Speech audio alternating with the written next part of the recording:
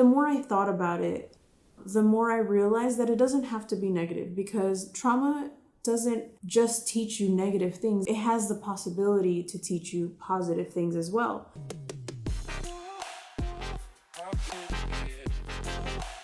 Welcome back to my channel.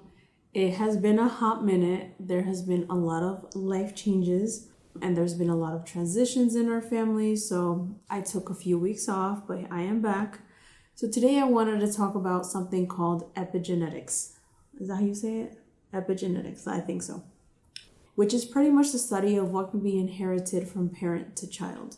So we all know the DNA that we all recognize that we learn in middle school, high school, maybe college for some of y'all, where if both of your parents have brown eyes, for example, most likely you're also going to have brown eyes. However, epigenetics focuses on experiences, specifically trauma experiences that can be also passed down from parent to child. So researchers did a cherry blossom experiment on mice to kind of prove this theory. And what they found was super interesting. So during this experiment, they had a group of mice, and these mice would be electrically shocked on the feet, which sounds horrible. And then after they were shocked, they would be sprayed with like cherry blossom spray.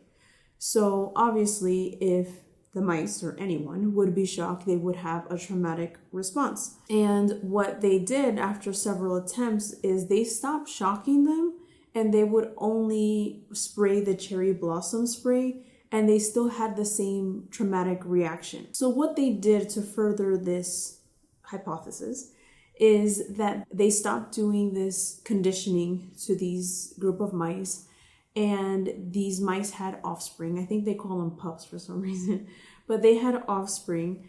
And the offspring were actually that's so cute. They were raised by another group of mice that were not conditioned this way. They weren't traumatized or sprayed or shocked. And what they found is that their offspring actually had a similar response to the spraying of the cherry blossom spray, which is wild, because they did not have this experience. But they also weren't raised by the mice that did have this experience. And then what they also found is that that offspring had their own offspring, and they also had the same traumatic reaction to the cherry blossom spray. 3 generations were affected by this experiment, 2 of them not having that experience themselves. There was another study found with Holocaust survivors and their children, and even though their children didn't experience the Holocaust, their children were more likely to get a PTSD, post-traumatic stress disorder diagnosis, even though they didn't experience any more traumatic events in their lives than a similar control group did. Another example is that there was a famine in Holland. I believe it was like 1944 or something like that.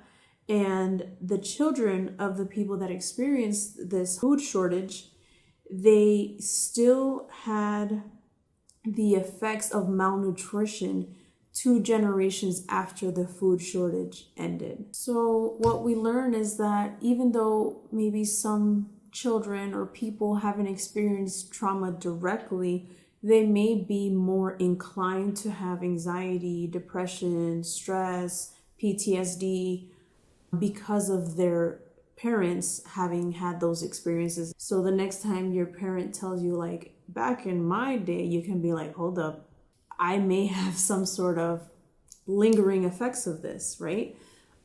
And honestly, at first it sounds super negative, but the more I thought about it, the more I realized that it doesn't have to be negative, because trauma doesn't just teach you negative things. It also teaches you, it has the possibility to teach you positive things as well.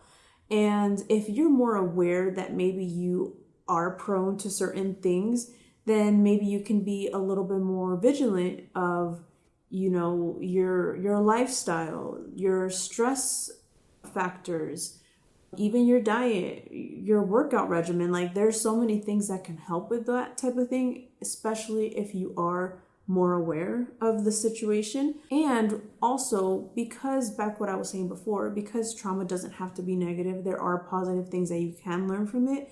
Those positive teachings can also perhaps be passed down to your offspring as well. So in conclusion, I think knowing this just gives you more power to be able to work on your own things and be more aware of your own children, and maybe have more compassion on yourself as well as them, that even though they haven't gone through the things that you've gone through, they still may have lingering effects.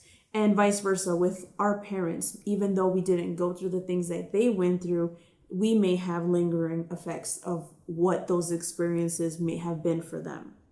Anyway, I just thought this was super interesting that they're actually studying this a little bit more now, and that we're able to have more resources and research according to what has been proven thus far. And I think, like many other things, it's something that we can use to our benefit to be more aware and really be able to take our healing journey on another level. And honestly, even the healing work that you do will have a positive influence on your children as well. And I think that makes all of this hard work worth it even more. Anyway, that is what I wanted to share today. I hope you guys like and subscribe, and I'll see you guys in the next one. Bye.